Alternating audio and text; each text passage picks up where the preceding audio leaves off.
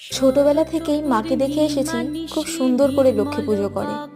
শ্বশুর বাড়িতে আসার পরে জানতে পারলাম আমার শাশুড়ি মা অনেক আগে খুব ছোট করে লক্ষ্মী পুজো করতো। কখনোই পুরোহিত মশাই দিয়ে লক্ষ্মী পুজো করেনি, কিন্তু আমার বাপের বাড়িতে ঠিক উল্টো। আর আমার শ্বশুর বাড়িতে সবাই পুজো পার্বণ খুব পছন্দ করে, তাই ভাবলাম আমিও প্রতি বছর মায়ের মতন করে লক্ষ্মী পুজো করব।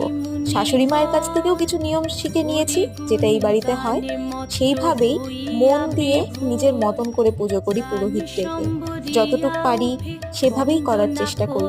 আলপনাও শ্বশুর বাড়িতেই প্রথম দেওয়া, এখন দেখছি বেশ ভালোই করতে পারি গুছিয়ে।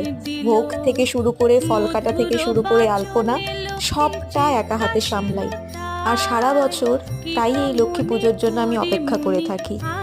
সব শেষে ঠাকুর মশাই এলে অঞ্জলি দিয়ে পাঁচালি পরে এই পুজোটা আমি শেষ করি।